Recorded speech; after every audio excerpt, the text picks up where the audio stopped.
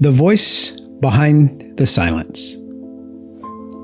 In the realm of music, where melodies can capture the depths of human emotion, there exists an artist whose voice has touched millions.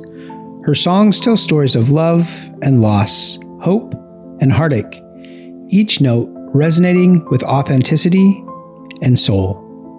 Born in the bustling city of London, she grew up in a modest household, her passion for music ignited by her mother's record collection.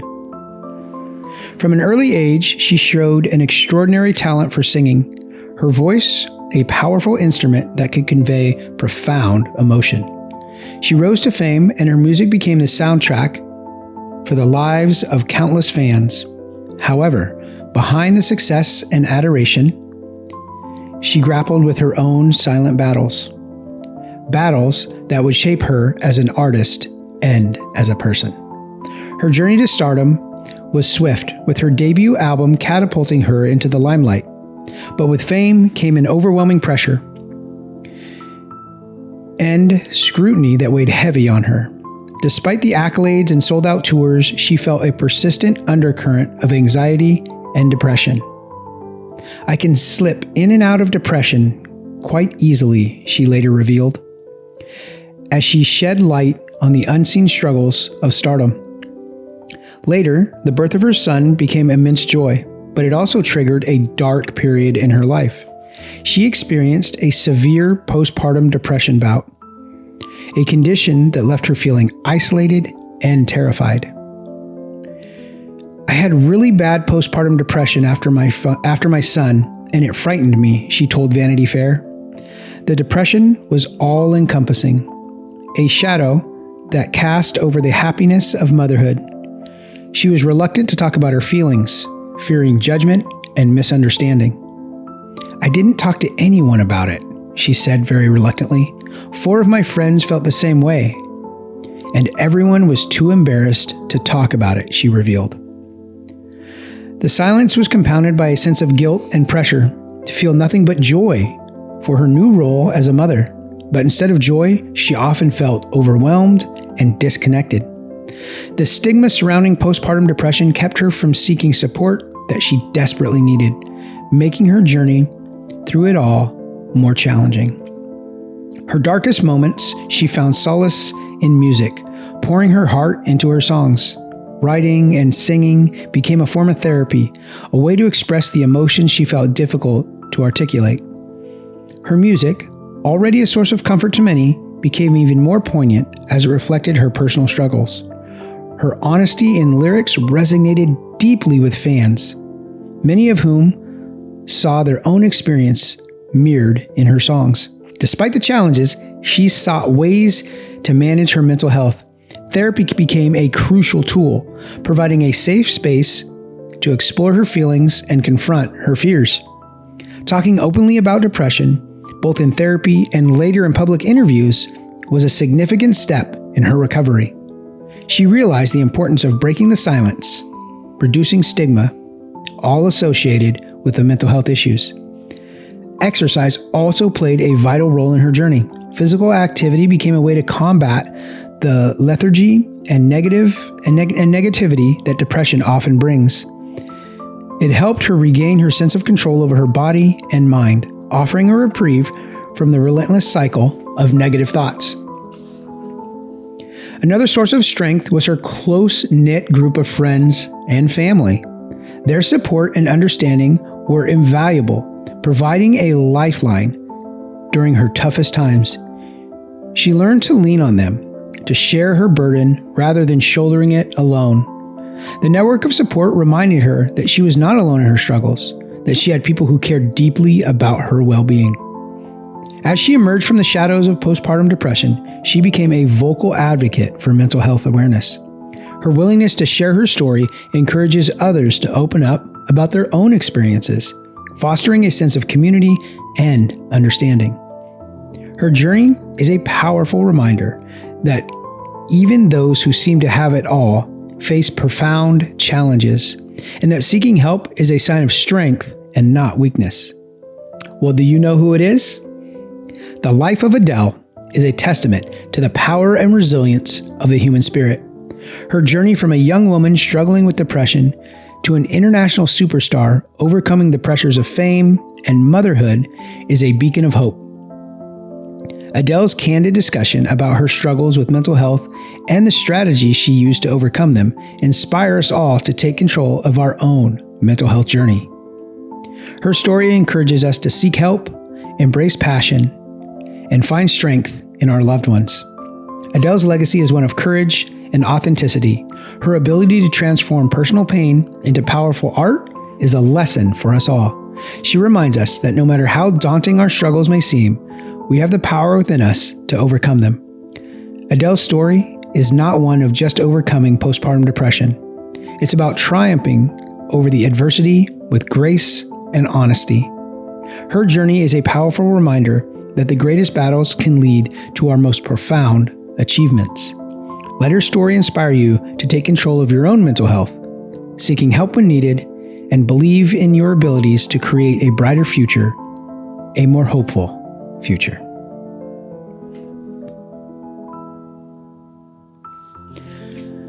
Welcome to the Mental Health Janitors, where we help you clean up the mess in your head.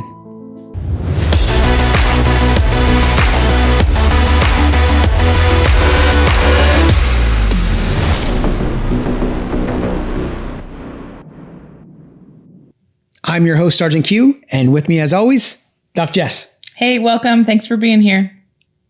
Now, what did you think of that story, Jess? We talked about it a little bit in pre-show, but did you know all those details? No. So what's interesting about this is I have to know at least like the mental health issue that we're talking about so I can prepare my side of the podcast. And he told me we're going to be dealing with postpartum and Adele, but I didn't know any of I haven't read your story or heard your story yet. This is the first time I hear it as well. And so it's kind of cool dynamic because what's really interesting for our episode today also is that I struggled with pretty great postpartum depression with my firstborn. And so I mean, as you were reading things, I resonated with quite a bit of it. And so it'll be interesting to unpack this episode with somebody also who has experienced postpartum depression as well. Yeah, so this is a new format we're doing for the Mental Health Janitors where I prepare these stories, I read them. The crew here only knows a very little bit, just enough where they can get their tools ready and do their part. So they knew it was postpartum. And I typically don't tell them who the individuals are, because I like it to be a surprise. But this one I did let it slip, I think by accident. But these stories that you guys hear, it's the first time really for them hearing the whole story as well. So it's kind of neat. Well, and it's piggybacking, right? Exactly on what we talked about last week was exercise and nutrition. Yes. And it is repeating things for a reason. Yeah. So and I prepared 20 weeks of these stories and they're just all laid out. Yeah. They're already all in order. So it's just funny. It's almost like God is directing the way that these things go, building these blocks, because they have no idea what I'm going to be talking about. Mm-hmm. I built these things out. We have no idea what's going to be happening in the world when we lay these episodes out. I just looked at these different folks that have had a huge impact in the world and have struggled with mental health and talked about it openly. And I choose them. I write the story. I do the research, and then I just start putting them in order. And it's just wild how we see these building blocks start to take shape. Yeah. And, for some people that are watching, a lot of our viewers, I think your wife told us a lot of our viewers are male. Yeah, which was surprising. I thought there'd be a lot more female. Yeah. I didn't know guys really listen to mental health podcasts. I think that might be why, because we are a little more male friendly. We're not all about, talk about our feelings. I mean, we talk about our feelings sometimes, but it's anyways. But for my male. Did you just Joe Biden that? Did I? You start going on a tangent and then you're like, anyway. Anyway. Well, anyway. Yeah. You Joe Biden'd it. I Biden'd it. I JB'd it. Hey, I'm Jessica Bergens. I JB'd it. Nice. No, I'm just not going to go on that tangent. So I do want to let my It's going to be a t-shirt. JB it. Oh my God. Well, anyways. But for our male audience or female audience that haven't had a baby or don't understand what postpartum depression is, it can be a serious mental health condition. It affects some mothers after childbirth, and it's characterized by intense feelings of sadness, anxiety, exhaustion, and it can really interfere with the daily functioning of bringing a baby home and bonding with the baby. Unlike the old like baby blues people talk about, which are temporary and mild, postpartum depression, it's more severe and persistent, and it often requires the intervention of a professional or some kind of treatment. And there is, just like all mental health issues, there's stigma around it. And the reality is postpartum depression is not, oh, I had this baby, I hate it, get it away from me. The pull is, I love this baby so much. Why am I feeling all this uncontrolled sadness and despair when I love this baby so much? And it's this inner like turmoil that you're dealing with, and knowing my chemical imbalances of PTSD, my team was really good with my second birth at helping me prepare beforehand to lower my postpartum depression symptoms, because we knew that I had it with my first child and we knew that I had PTSD, and it really helped my second birth process and bringing the baby home process. And we can talk about that later with the tool. So, well, I'm curious, what is the root cause of this? Because I mean, childbirth is traumatic. I mean, let's just be real. I mean, it is a traumatic experience that women go through, but have they figured out like what is causing it? Like what's the core cause of this? Is it, because now the baby's not there, your hormones are different. Okay. Is it, okay. So there's all these things that are running through my mind. Like I always want to go back and be like, okay, these are the symptoms. This is the problem. What's the cause? So what are we finding is the cause of this? Yeah. So if you think back to like even the Holy Scriptures where they use different terms, sadness, melancholy, despair, things like that. They even use words kind of like depression, right? There's a difference in experiencing sadness and experiencing mild symptoms of like changes hormonally, things like that. There's a difference between a sad season in your life where something happened and you experience sadness, okay? That's not clinical depression. That's not a clinical diagnosis of major depressive disorder. Not everybody has depression. Everybody thinks they have depression and they don't. People feel depressed. You feel depressed, and that's okay. It's normal. I have so many adolescents that come into my office. I have depression. No, you're experiencing some hormonal changes, and you feel sad sometimes. And your parents coddled you so much growing up to not feel these uncomfortable feelings that you don't know what to do with them now. You're not depressed. You're a human being and you're feeling sadness. Okay. This is different than the feelings of sadness. This is different than those baby blues, right? So my PTSD, and we talked a little bit last week about the different warfare of the different wars and how PTSD was different for each war. And some of the symptoms have been proven to be, with research, a little different because of how we engaged in each one of those wars, right? So if we're looking at the Operation Iraqi Freedom and that frontal cortex being engaged 24/7, 365 days a year, that chemical difference, it adjusts things in your brain chemically differently than when you would go to war, retreat, recover, go to war on the front lines for a couple of days, retreat, recover. It just chemically changed your brain differently that way than it does now. And because of that, because of my PTSD, because of the nature of the war I was in, I was more predisposed to depression after having a baby. So it is chemical, it is hormonal. So, and hopefully this isn't too much information, but the hormones that were released when I would breastfeed were an overwhelming feeling of despair for me. Oh, wow. Very, very interesting. That was very interesting for me. And so, because typically the brain produces a tremendous amount of oxytocin at that point. Yes. And so there was something off in my receptors or whatever, where when I breastfed, I was overwhelmed with despair. And because my desire was so deep to give both of my babies natural milk, because it's good for the mom to recover, it's good for the baby, I pushed through for 2 to 3 months with both of my girls, and it just became too overwhelming with the postpartum depression that I wasn't able to go as long as I would have liked to.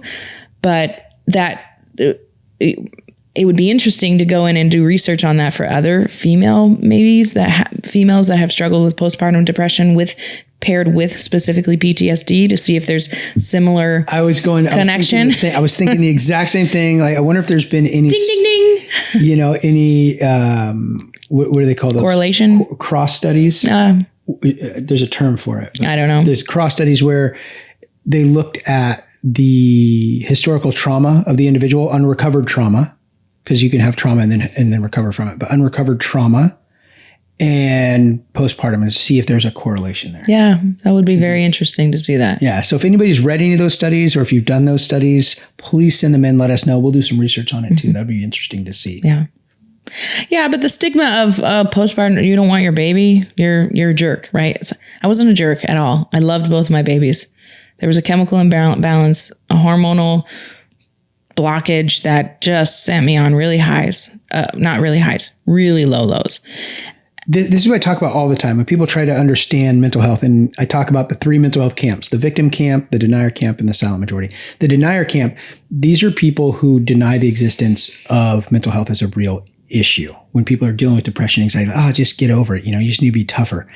They don't understand that when you experience trauma, that there are parts of your brain that physically change. So the way the neurons interact with one another and the way that they're structured and they send communication back and forth, when you experience trauma, that physically changes. It's not just in your head. There are physical components of your brain that change the way communication happens. Furthermore, there are chemicals that are not being released, or too many are being released, like cortisol gets flooded in your system and doesn't turn off. These are trauma responses that you consciously don't have control over this. This is just happening and you're not understanding why. Now, people in the denier camp who deny these things don't understand that these are physical issues that happen in the brain. It's very easy to think about it like this. Like, if I broke my arm and one of my buddies who's in the denier camp says, just suck it up, man, get over it, it'll be fine. It's not going to be fine. It may heal, but it's going to heal wrong. And it's always going to cause me pain. It's going to limit my ability to do things, to be able to play basketball, let's say. And if you're that friend who sees your buddy get injured and tells him to just suck it up, and then wonder why he can't operate like he did before, it's because the physical body hasn't healed properly. So what do? Well, we see that they have a broken arm. We get them to emergency services. We have them go through a series of treatment. Then when they're healing, we come alongside as a support network to help them while they're going through the healing process. We need to look at mental health the same way. When somebody experiences trauma, we don't just tell them to suck it up, to get over it. We get them to the professionals that can do an assessment, give them some treatment, and then we come alongside and we support them as they go through the healing process. Very, very simple way to look at it. So we don't enable them. No. You don't support them. You support them to healing. Somebody's watching and like, nope, you're enabling.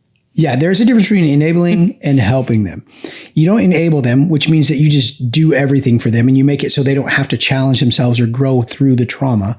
No. You just support them as they're going through that. Yeah, good. So, thank you for that. I'll get off my soapbox. No, that's good advocacy for postpartum depression too, because it's new. It's a newer concept, I guess. And so do you have a new advancement for us today? No, I thought we were going to do a blind react. Ooh, yeah. Okay. He thinks he's right. Down.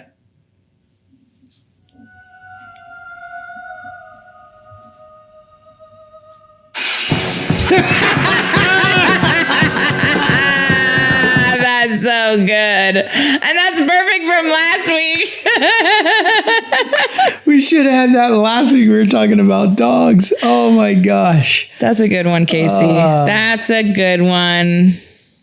I love suckering you guys in. I don't even. What's my initial reaction? That is hilarious. Yes, humans are dirty, dirty animals. So are dogs. Let's be real. She just said that. You guys look at me like I'm the bad one. You're always bad. You're always the bad one. You're a terrible influence, Q. Oh my gosh. Dogs are great. They are man's best friend. They super help with mental health. Woman's best friend. If you're mankind, okay. Just mankind. kidding. All right. I didn't know we were getting into the PC world here, but okay. We're not. Have you thought about, think about this. I just thought about this just now. Like if you're struggling with mental health and you want to do an activity, so I say serving others and serving your community builds mental resilience, Yeah. right? Which it does. It's been proven. I don't need to beat that dead horse. Yeah. Right. But think about this. What if you were serving your community? What if you went and volunteered a day or two at the Humane Society? Oh, yeah. And you went and just got to play with puppies and do that kind of stuff, wash dogs and things like that. Now you're getting like a double whammy. You're supporting your community, building mental resilience, and you're getting all that serotonin and oxytocin from hanging out with all these dogs. Yeah. Man, somebody should study this. Yeah. And puppy therapy. Just therapy. Go to a place and just sit and just be trampled on by all these puppies and licked and growled at. You know what they have in Japan, Korea? I don't remember. One of them. They have these cat cafes. They're starting to come here. They have one at the super mall coming. Do they? Yeah, it's a Humane Society. So it's homeless cats that have proven to be friendly, and you can get your coffee and enter the little cat play area and sit down and have your coffee and talk with a friend with these cats. Yeah, you could do that with dogs. It would be way better. That'd be way better. I like it. Business opportunity. All right. We'll have a wellness center and a dog cafe. Puppy therapy. Puppy therapy. I love it. I love it. Hey, let's not forget our card today. Oh, cards. Gosh, we almost forget that every time. We're doing our card, and then we'll talk about scripture and tools. Okay, let's do it. Okay. Break this bad boy up. Let's see. Where are we at? Okay. Who has more bones in their neck, a human, a giraffe, or a mouse? A human, I would say a mouse, because they have to have a bunch of smaller bones because they fit in tiny little holes. So they would have to have more bones. It wouldn't be a giraffe because they have huge bones wait, you said neck? Mm-hmm. It depends on what they're considering a neck. Who has more bones? I'm still going to say a mouse. Okay. Because they're smaller. They all have the same number. Oh. 7. That's a trick question. It is a trick question. 7. All mammals, with the exception of manatees and sloths, have the same number of vertebrae in their necks. In the case of the giraffe, those few bones go a long way. Now that's stretching it. Have you seen giraffes fight? No. I hate watching animals fight. Gosh. So they've got these kind of, they're not really like horns, but they're like these, not spikes, but. You're giving him an idea for another blind react. They've got horns that come out of their head like this, right? And they're not very long. But what they do is they've got this big, long, like 15-foot long neck. And they'll stand here side to side like this, and they'll take their head and they'll swing it like this. And then they'll come back, whack. That's what they do. Whack. And then the next one goes, whack. This is gonna smack the crap out of each other. This is going to be a great short, Casey. He's just teeing you up. Watch it. Giraffe fights. It's crazy. Casey, you got to put a clip when I'm. Yeah, that'll be fun. That'll be fun. Of you? Of you. We don't need to see anything else but that. But they get it going. They like lasso this thing. What? They wind it up, man. Is it still going? All right. Well, I do have a scripture that I'd like to share with today, because we're still talking about sadness, despair, depression, and I find a lot of help in Isaiah 41:10. It says, "So do not fear, for I am with you. Do not be dismayed, for I am your God. I will strengthen you and help you. I will uphold you with my righteous right hand." And this verse emphasizes God's presence and strength, providing hope and support during difficult times. It's really good. Yeah. There's a lot of good ones in the Bible to help us through seasons of grief, despair, sadness. So, yeah, anything that we could go through, they've already gone through. Yep. And he has already gone through. That's true. In the form of Jesus Christ. So I like to use the story of him the night before he was captured, where some translations say he agonized and begged, God, Father, please let this cup pass, but your will be done. And we've talked about it on this podcast before, of the sweating of blood, and how that's a stress response, and how I've never known anybody in my lifetime to sweat blood, but it is a researched and physiological response to stress. To extreme stress. And anxiety. Yeah. And so I argue with pastors all the time when I say that. They said, no, Jesus didn't experience anxiety. I said, really? Have you read the book? Because it shows right here where he did. This is the science proving it, but they want to discount it for whatever reason, which is fine. They can be wrong. I don't mind. That's fine. And who did he go to for his rest? He went right to his Father. Right to the Father. Yeah. So, that's providing hope and support during difficult times for me.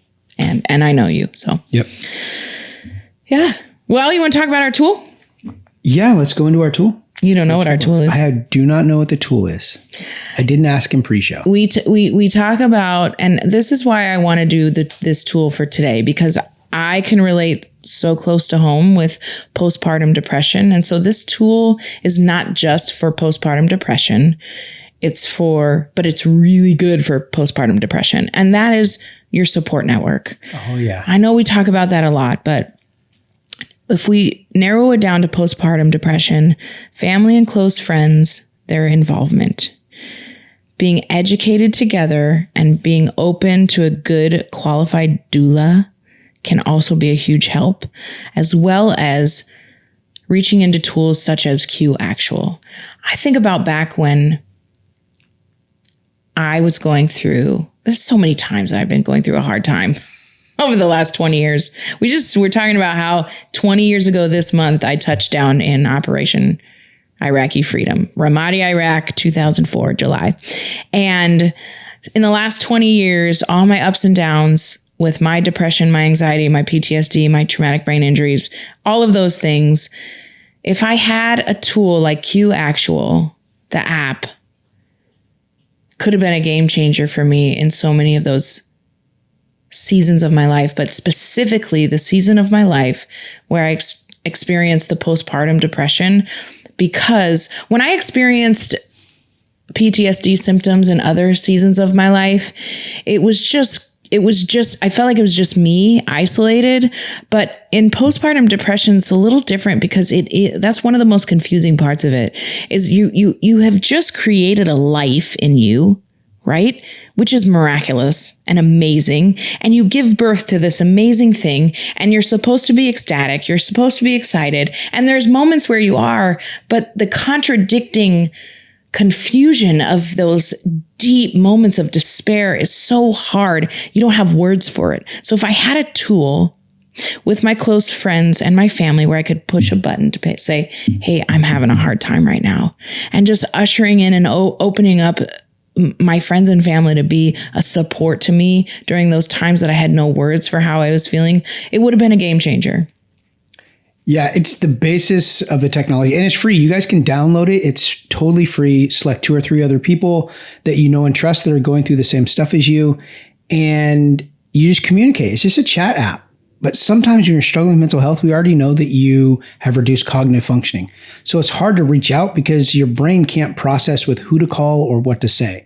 So now you can just push one single button on your phone, and it sends an alert to that private support network that you already created. And that's in Adele's story. Yeah. That's what she said. She said she found that there were 4 of her other friends that were dealing with or had dealt with postpartum depression. 4 other of her friends. And so she created that close network with them to be able to help her through hers. She talks about that in her story.